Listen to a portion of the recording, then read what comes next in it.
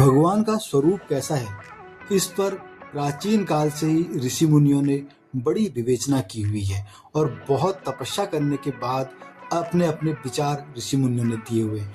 और उन विचारों में सर्वमान्य सत्य है कि भगवान अनुभवगम्य है और भगवान का वास्तविक रूप भी हो सकता है, वो सगुण रूप में भी हो सकता है और वह बिना रूप के भी हो सकता है, वो आकार भी ले सकता है, वो निराकार भी हो सकता है। लेकिन आज के वैज्ञानिक युग में हम भगवान को कैसे मानें, ये एक प्रश्न सबके आगे है कि हम भगवान के अस्तित्व को कैसे स्वीकारें। तो मैं उल्टा प्रश्न आपसे पूछता हूँ, क्या भगवान का अस्तित्व नहीं है? इस बात का आपको भरोसा है?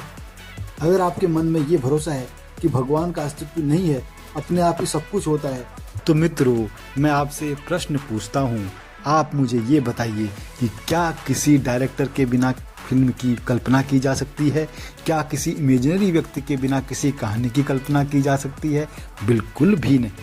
तो निश्चित ही इस संसार को चलाने वाली जो शक्ति है, जो अदृश्य शक्ति है, वह शक्ति दृश्यमान भी हो जाती है, युगों युगों में अवतार भी ले लेती है। वही परमपिता परमेश्वर है, वही माँ जगदम्बा है, पराम्भा शक्ति है, जो कि अपनी शक्ति से इस पूरे दुनिया को नियंत्रित किए हुए है। हमारे वेदों में कब से इस बातें कही गई हैं कि त्रिगुणात्मक शक्ति है। त्रिगुणात्मक अर्थात सत्व रज तम, बहुत शोध के बाद ये गुण आए हुए हैं।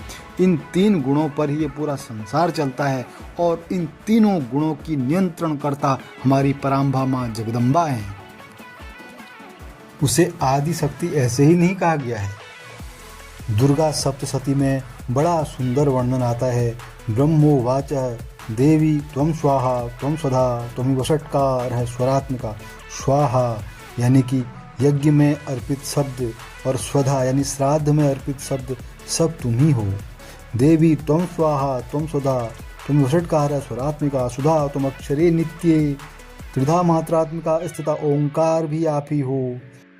अर्धमात्रा स्थिता नित्या यानुच्चार्या विशेषतः त्वमेव संध्या सावित्री। सावित्री माँ गायत्री भी त्वं देवी जननी परा, त्वएतद्धार्यते विश्वम त्वएतत्सृज्यते जगत। तो यहाँ पर वर्णन आता है त्वएतद्धार्यते विश्वम, कि विश्व का धारण करने वाली आप ही हो।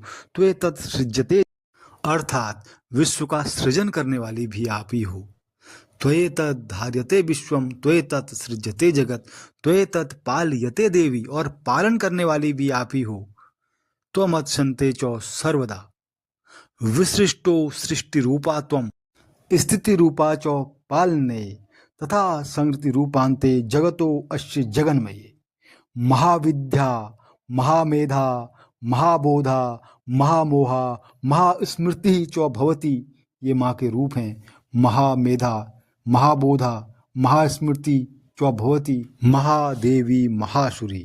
प्रकृतिस्त्वं च सर्वस्य गुणत्रय विभाविनी, तुम सबकी प्रकृति हो।